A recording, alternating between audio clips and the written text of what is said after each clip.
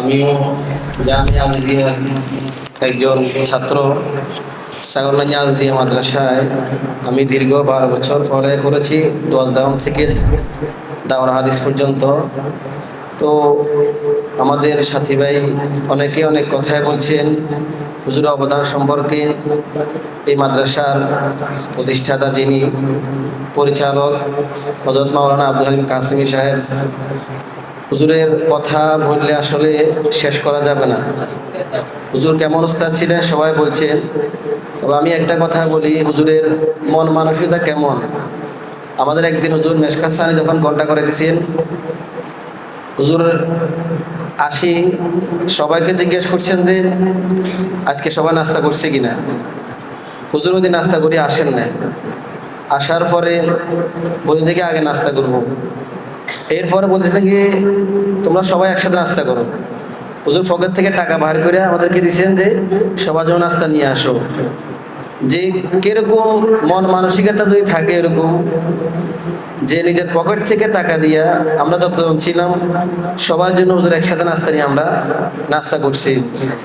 যে ওনার তত্ত্বাবধানে এই দারুল কোরআন ইন্টারন্যাশনাল মাদ্রাসা পরিচালিত। আমরা চাই এই মাদ্রাসাটা দিন দিন আরো সুন্দর হোক, আরো সামনের দিকে আগাইতে পারে। এই জন্য আমরা সকলে দোয়া করব। আসলে আমার বক্তব্য দেওয়ার কোনো অভ্যাস নাই, আর আমি বলিও না।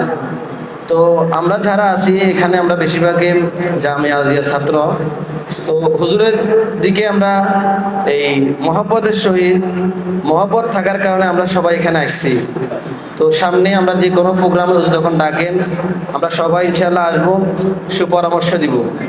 আমরা এখানে যারা যে প্রতিষ্ঠানে আছি ওদের সাথে সম্পৃক্ত, আমরা বিশেষ করে যখন ডিসেম্বরে আমাদের নুরানি প্রতিষ্ঠানগুলা পরীক্ষা শেষ হয়, আমরা যারা আছি আমরা চেষ্টা করব মাদ্রাসা থেকে কিছু ছাত্রকে আমরা হেফজ বিভাগে হোক, কিতাব বিভাগে হোক, আমরা যেন দারুল কোরআন এই মাদ্রাসায় আমরা পরামর্শ করে অভিভাবকের সাথে এই মাদ্রাসাতে ভর্তি করাতে পারি।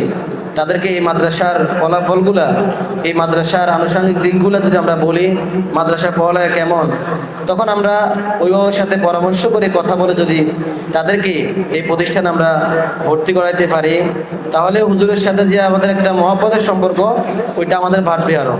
এই জন্য আমি আমাদের সাথী ভাই যারা আছেন সকলের দৃষ্টি আকর্ষণ করে আমি বলতেছি যে সামনে ডিসেম্বর পরীক্ষার পরে আমরা যে সমস্ত ছাত্রগুলা স্কুলে যায়, মাদ্রাসা যায়, বিভিন্ন লাইনে চলে যায়, আমরা যদি তাদের সাথে অভিভাবকের সাথে কথা বলে এই প্রতিষ্ঠানে যদি আমরা তাদেরকে নিয়ে আসতে পারি, তাহলে তারা যদি হাফেজ হয়, আলেম হয়, তাহলে এটার অনেক বড় আদর আমরা পাবো। আর আমি বেশি কথা বলবো না, এতটুকু বলে আমি আমার সংক্ষিপ্ত বক্তব্য শেষ করলাম। আসসালামু আলাইকুম ওয়া রাহমাতুল্লাহ।